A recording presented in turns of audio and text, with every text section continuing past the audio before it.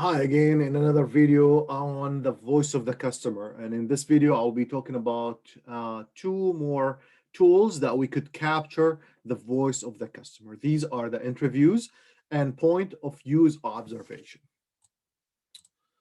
The purpose of an interview is to learn about customer point of view on service issues, product or service attributes, and performance indicators on measures. So we need to hear, that's the whole purpose. It's a voice of the customer tool, and we need to hear from them on what they think of this particular product or service, and we need to hear their customer point of view.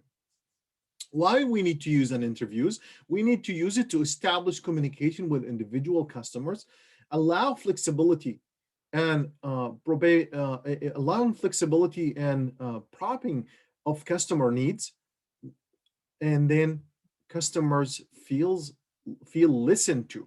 So it is important that your customer want you to listen to them. Just the feeling that yes, you listen to them, that would be great. Establish communication, that would be also great. We need customers to be part of the process, part of the operations that we have. We need to let them feel that we really rely on their opinion. So this is where we need the interviews. We need to conduct the interview because we need them to feel that they are part of this family. When to use the interviews? At the beginning of a project. So if I want to conduct a project at the beginning and I want to hear from their opinion. So why this is important? Because I want to hear from them so I could consider it during my implementation for the project. So I want to keep an eye on what they said. Okay, before I implemented the project, they said this, and I want to consider their opinion. So at the beginning of the project, it is important to learn what they want, what your customer wants. In the middle of the project, that will clarify points and to better understand why a particular issue is important. So while you are in the middle of the project, you should also conduct an interviews.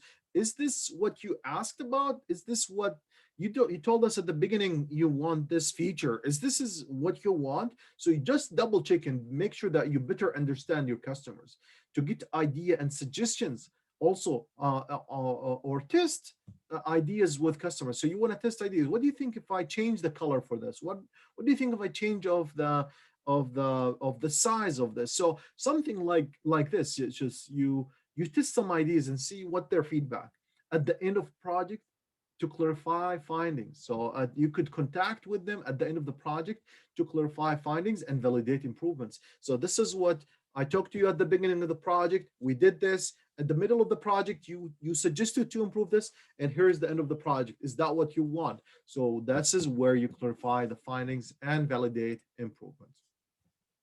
All right, there are 9 steps here that we use to conduct the customer interviews. And this is, first of all, you have to be clear about the purpose of the interviews. Anything you do when you want to hear from your customer, you have to have goals in your mind. And these are important because it will help you to better understand your customer. Without goals, you're not going to ask the right questions. You're just going to be having a productive meeting with them. And therefore, it is really important to have some goals and purposes of the interview. And then once you have a goal in your mind, you have to prepare a list of questions. Decide on interview method. Once after you create the question, how are you gonna interview a question? Face to face, phone, or Zoom, or these video communication tools these days. So how you want to contact your customer? How are you gonna conduct these interviews? Decide how many interviewers. So how many people you want to interview, and interviewees. So maybe if you have if you targeted a lot of people, then you probably want some help with you. So you will probably want to recruit some people to help you with that. Do practice interviews internally. So what you want to do before you do, and this is similar to the surveys, when we do pilot studies, that will give us an internal feedback. So the same thing here for the interviews. You do some practice internally. Say, I want to do this practice with you, and this is just going to give you a better idea. It's just going to a presentation, and if you don't know anything about the presentation, you're not going to do well. But if you prepared for the presentation and you practiced, that will result in a good presentation for you. Number six, contact customers and arrange interviews. So once you decide on how many interviewers and interviewees will be present, then you did the practice inside internally, and then you contact the customer to arrange for the interviews. And then once you contacted the customer, you need to decide on how you will collect the data from the interviews. Maybe you record there. If you're doing a phone call, you probably want to record the phone call, and that will help you to get back to the interview if you forget anything. Or maybe you could just have a template given it to these interviewers, and they will fill the template based on the questions that they ask.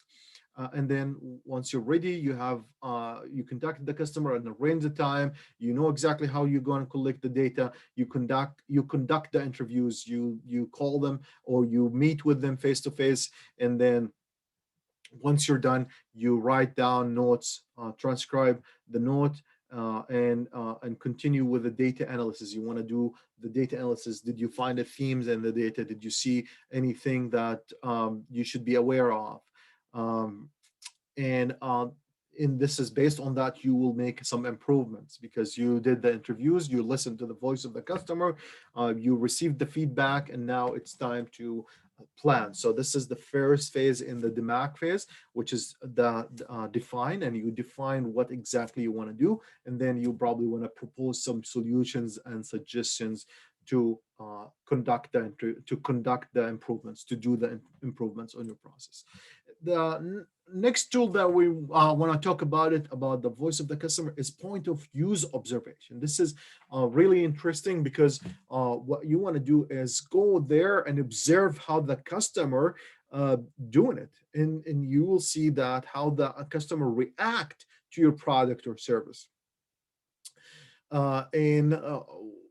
And why this is important, because it's less time. You're not contacting the customer directly. You're just observing their reaction, their feedback. So for example, if you go to McDonald's, you will see this computer in front of you, kiosk, where you could select the food. So maybe be, once they did it the first time, they did not launch it right away, and they want to ensure that this is not confusing to the customer. So they installed it and they observed how the customer reacted to this computer and the self-service, and based on that they will adjust and modify. So same thing here. If you're doing a product or service, what you want to do is observe your customer. Do not talk to them. It's just look how they use it. Are they confused? Do they have questions? Does this service or product needs to be improved? And that will be another way to collect the voice of the customer. There are 8 steps to conduct the point of use observation. Be clear about the purpose of the observation. So you have a goal there, which is to see if it's a user friendly, if it's easy to use, if it's a high quality product, and you want to look into that. Decide when and how you will observe. Decide, are you going to observe at the lunchtime, or are you doing it in the early morning? You want to see exactly when and how you want to do it. Develop and test observation forms. So you probably want to do questions or form a template that will help you to collect the data. So maybe 4 or 5 questions. Is the customer were able to start the service? Yes or no? Is the customer were able to order through this computer? Is the customer confused? Does the customer look confused? Does the customer ask for help? So you have to have some templates or questions or forms that will help you to collect these data. If going to the customer workplace, contact them and arrange the time. Sometimes if you go into companies and you want to see how their employees using a specific machine, you probably want to arrange with them. You can't go just there and say, I want to observe you. So you want to arrange, contact them and arrange for the time. In number 5, if there's a training need, you probably want to you want to train these observers what they're looking for, how to use these forms. So training the observers it's important because it will give you a high quality and reliable data collected. And then you conduct number 6, you conduct the observation, and then once you conduct the observation, you analyze the data. You have the data in front of you on these forms, you analyze it, and then you probably want to do some follow-up if needed, and that will give you an idea how to improve your product or service. With that said, I'd like to thank you. And now we're going to see you in another video of this voice of the customer, and we'll see you soon in another video.